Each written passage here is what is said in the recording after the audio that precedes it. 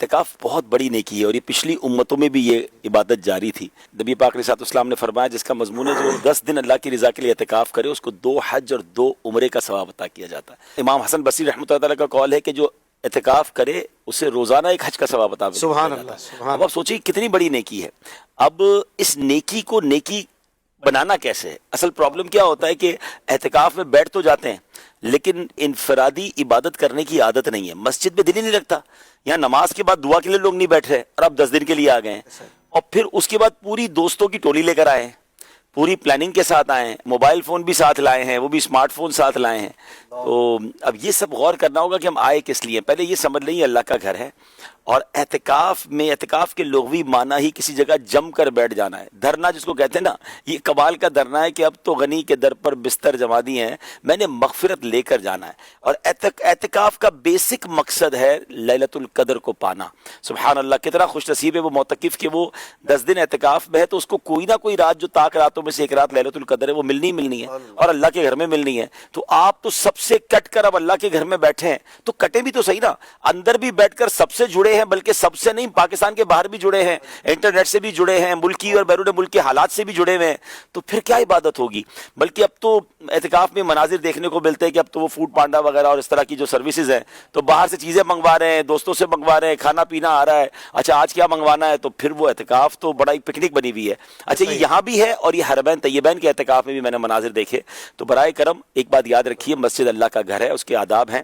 روایتوں میں آتا ہے کہ جو مسجد میں ہنستا ہے قبر میں اندھیرا لاتا ہے۔ ہم تو قبر روشن کرنے اعتکاف میں جا رہے ہیں، کہیں ایسا نہ ہو سارا سفر بیکار ہو جائے۔ بالکل اسی طرح مسجد میں فضول باتیں کرنا نیکیوں کو اس طرح کھا جاتا ہے جیسے آگ لکڑی کو کھا جاتی ہے۔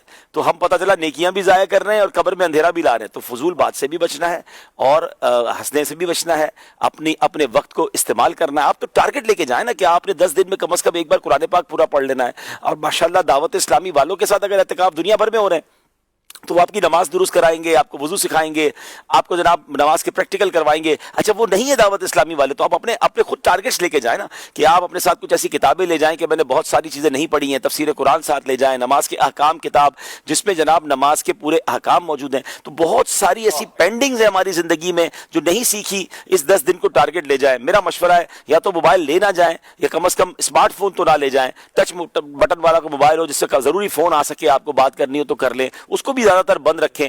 اور ایک اور مشورہ یہ ہے کہ پاسبل ہو تو دوستوں کے ساتھ اعتکاف نہ کریں، اپنی گیدرنگ کے ساتھ اگر آپ نے اعتکاف کیا نا تو پھر وہ ہنسی مذاق اور ان چیزوں سے آپ نہیں بچ سکیں گے۔ کسی اجنبی جگہ پر چلے جائیں، میں دعوت دیتا ہوں عالمی مدنی مرکز فیضان مدینہ میں آ جائیں، مزہ نہ آئے تو پیسے واپس، آپ انشاءاللہ بہت کچھ سیکھیں گے۔ دعوت اسلامی کے اعتکاف کی ایک اور خوبصورت بات یہ ہے کہ چاند نظر آنے کے بعد معتکفین کو روتے دیکھا، ایک دوسرے کے گلے مل کر، یعنی وہ گھر نہیں جانے کو جی چاہ رہا، وہ 10 دن ایسے اٹیچ ہو گئے مسجد سے۔ اور کچھ جگہوں پر ایسا بھی ہوا کہ جو نارمل اعتکاف ہوتے ہیں اس میں روکنا پڑتا ہے کہ بھئی ابھی چاند کی پکی خبر نہیں آئی ہے، وہ بیگ پکڑ کے جو ہے نا تیار بیٹھے کہ کب بھاگنے کو ملے، یعنی ایسا فیل تو نہ کروائے نا کہ ہم مسجد میں تھک گئے ہیں یا مسجد سے بھاگنا چاہ رہے ہیں۔ اللہ کے گھر میں مہمان بنے تو ریلیکس رہیں، سبحان اللہ۔ اور پھر رمضان جانے کا کچھ غم بھی ہو، رمضان کی محبت بھی نظر آئے، تو ایسی بہت ساری چاشنی، ایسی بہت ساری چیزیں آپ کو الحمدللہ دعوت اسلامی کے تربیتی اعتکاف میں ملیں گی۔ اعتکاف ضرور کریں، ہو سکے تو بار بار کریں، مگر اس کو پراپر طریقے سے کریں اور گناہوں سے بچ کر کریں۔